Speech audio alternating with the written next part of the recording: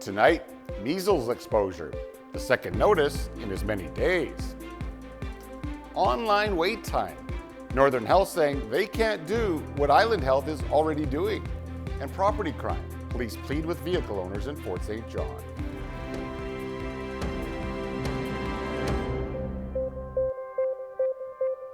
Good evening and thank you very much for joining us. And we begin tonight with a second potential measles exposure in the Fort St. John area in as many days.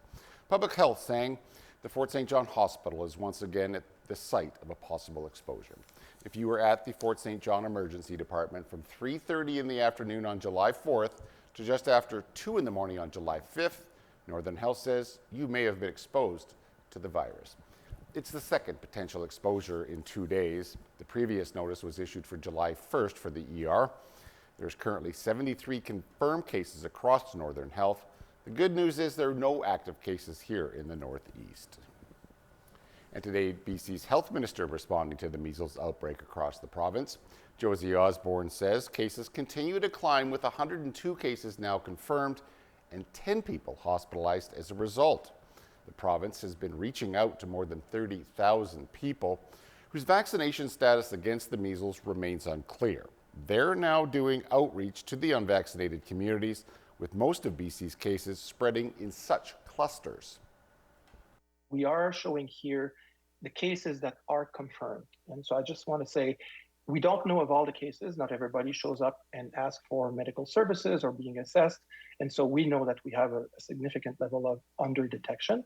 Of course, we always highly recommend immunization. It's safe and it is so effective. Now, most of those cases were located in the Northern Health region, where the disease has found a pocket of people who have not yet been vaccinated. The BC Conservatives are calling on Northern Health to provide wait time information online for emergency room departments. Last week, Island Health unveiled a new tool to let people know how long wait times are before they go to the ER. However, Northern Health says currently they can't create a similar website to what's been used on Vancouver Island. Well, the MLA for Peace River South says metrics are an important part in measuring success. Larry Neufeld says residents of Northeast BC deserve the same quality and access to health care that people in the southern part of the province enjoy. The health authority says they are considering the idea, but given the area between ERs in the north, there's less reason for people to compare wait times. After a rash of theft from vehicles reports, Fort St. John Mounties are reminding the public to be mindful of property thieves on the prowl. Police continue to see a rise in property-related crimes, especially related to thefts from vehicles that have been left unlocked by their owners. Mounties are encouraging the public to adopt what's being called the 9 p.m. routine. They say the security routine can protect property and is an effective way to fight back against property theft. The 9 p.m. routine is a checklist that property owners use every night. It consists of things like removing valuables and locking your vehicle, as well as closing your garage door. A full list of what you can do can be found online at CJDC-TV.com. And police in Fort St. John are asking for the public's help in finding a missing man. Colton Swift hasn't been seen since March the 24th. He was last seen in Fort St. John, but Mounties say he may be in the Lethbridge, Alberta area. Police and Swift's family have reason to be concerned for his well-being. The 24-year-old is being described as a Caucasian male. He's 6 feet tall and weighs 150 pounds. Swift has green eyes, blonde hair, and wears glasses. If you have any information on his whereabouts, you're being asked to contact the Fort St. John RCMP at the number listed at the bottom of your screen.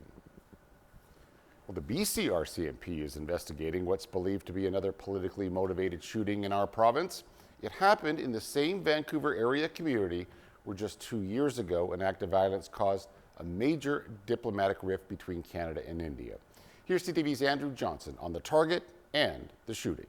Police say multiple gunshots were fired into a Surrey, BC restaurant owned by actor and comedian Kapil Sharma, and that explosion of bullets was captured on camera.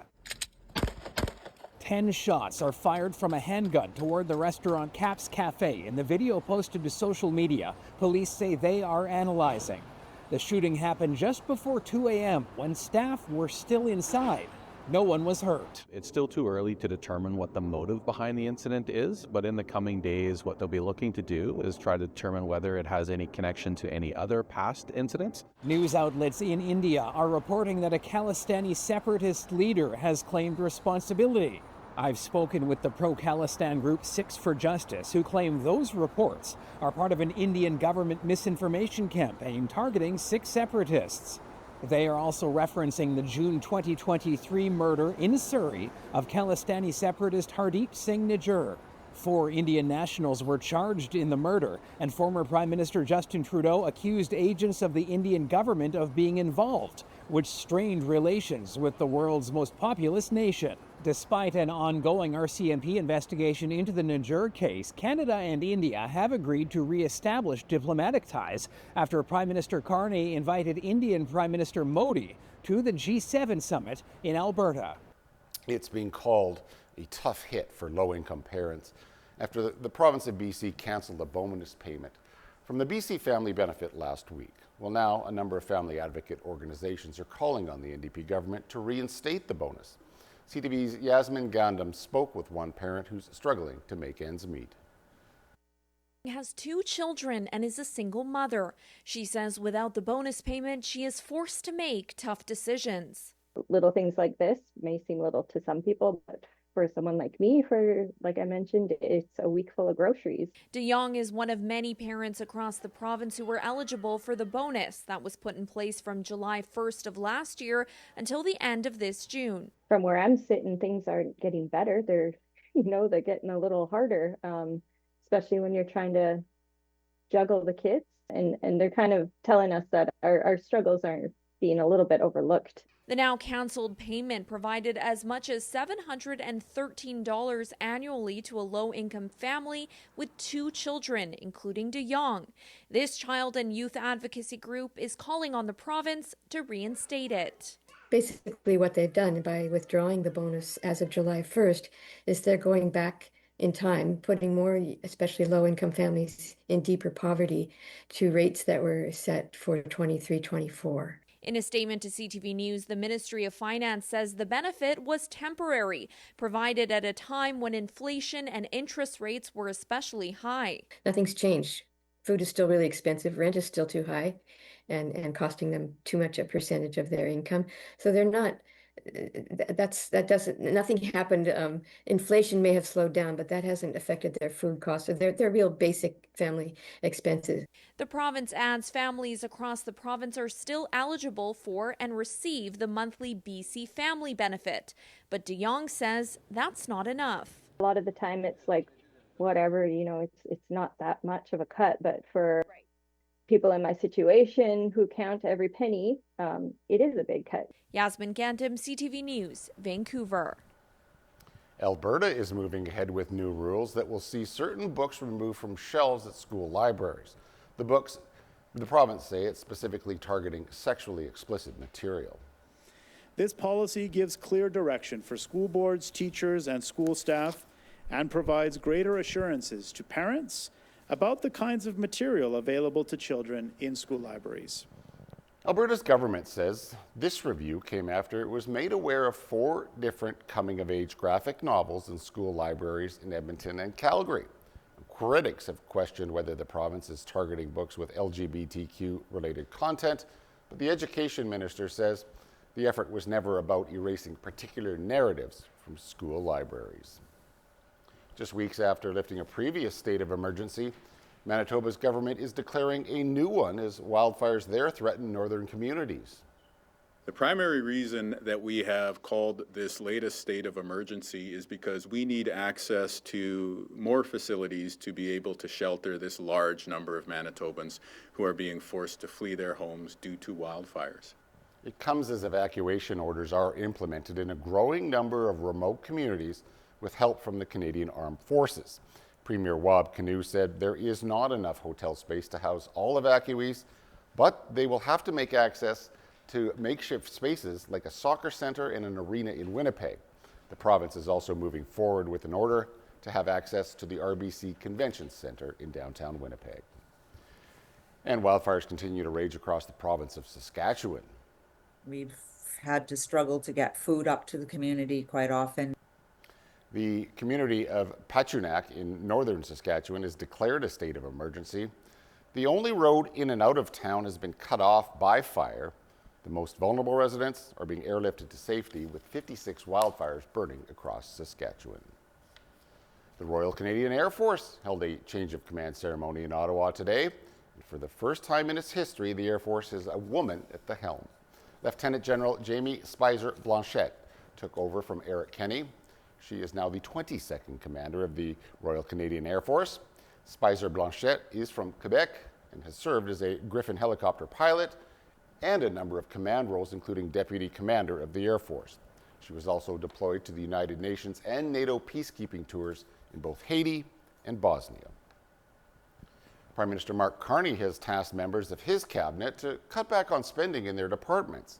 Carney says plans for the cuts are due by the end of this summer.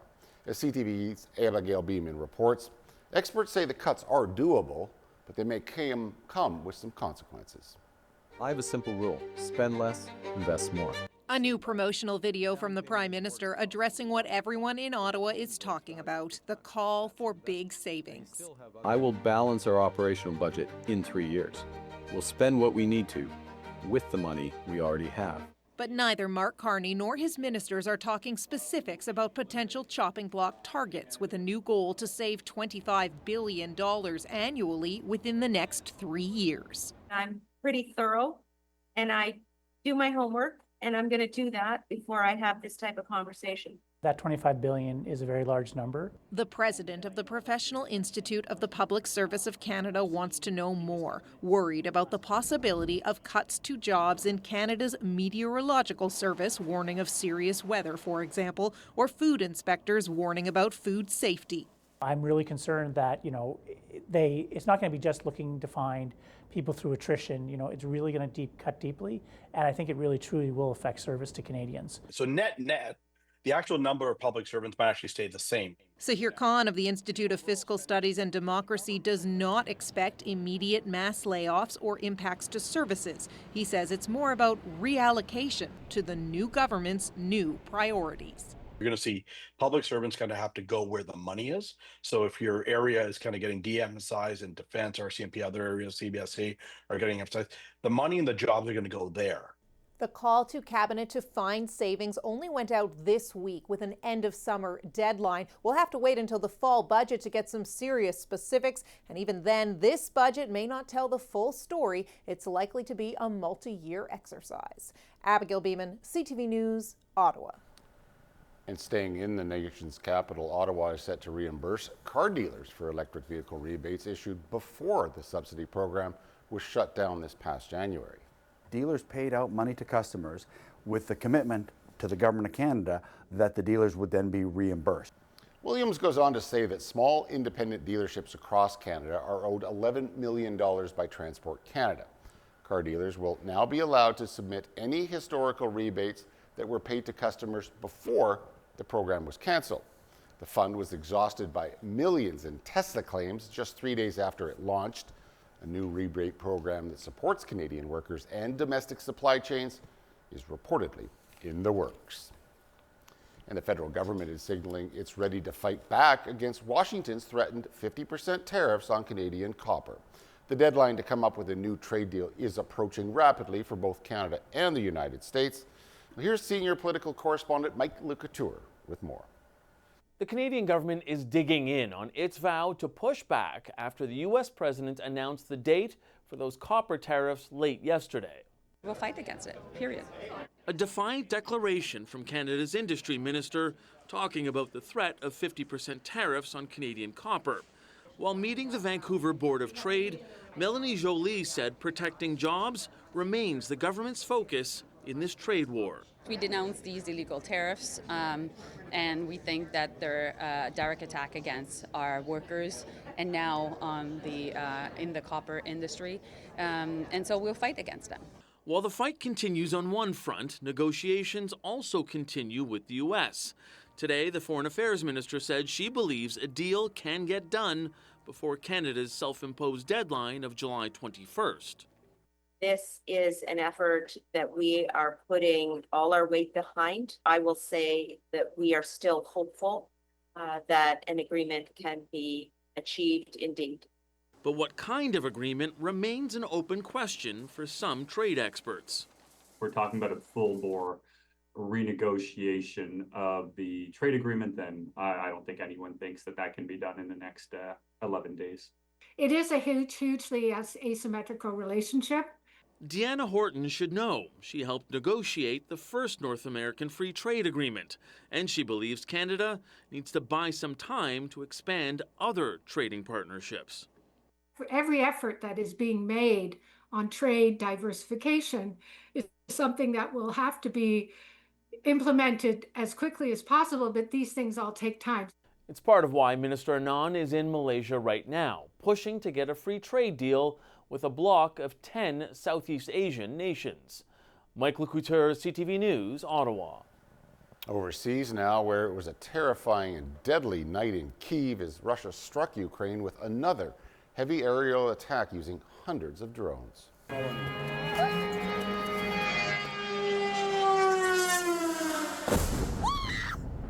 At least 2 people were killed, 16 others injured in the assault.